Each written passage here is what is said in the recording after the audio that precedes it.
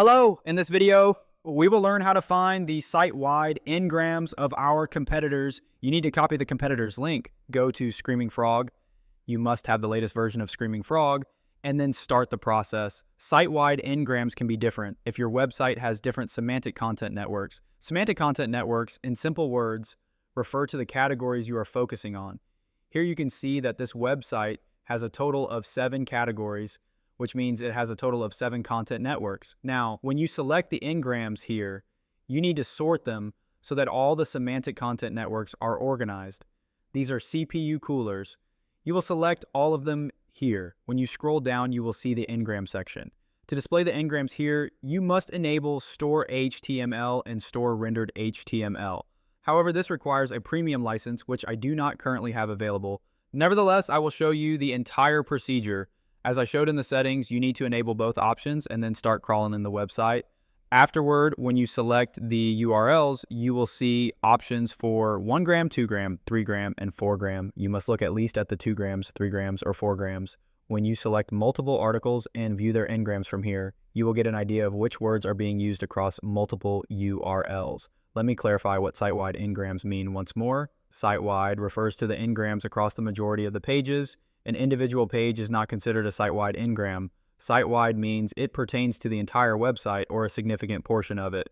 Therefore, you must select the entire network, meaning all the URLs within a specific category. If all the URLs belong to the same category, you can select all of them. When you select multiple articles this way and go to the N gram tab, their site-wide N grams will be displayed. Notice that their site-wide N grams are related to their own brand, such as Spider, File Analyzer, etc.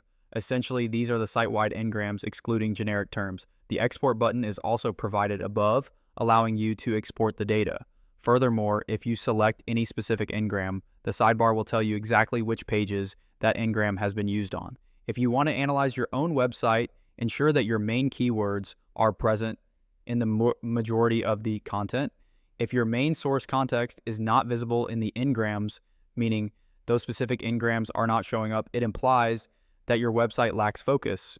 Go to your website, optimize your articles, and increase the number of times those N grams appear.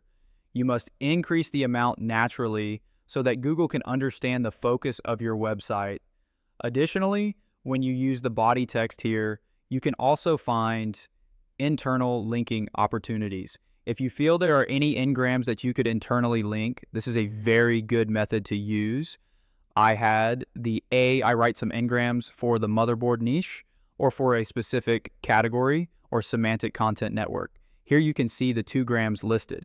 This is our central entity followed by the attribute. When combined, these form the N grams. This is just an example.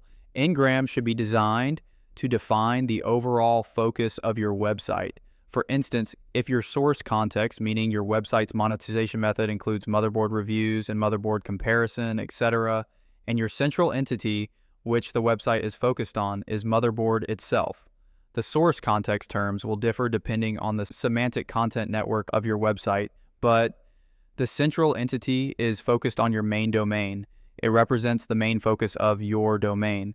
And let's say my website's overall focus is entirely on motherboards.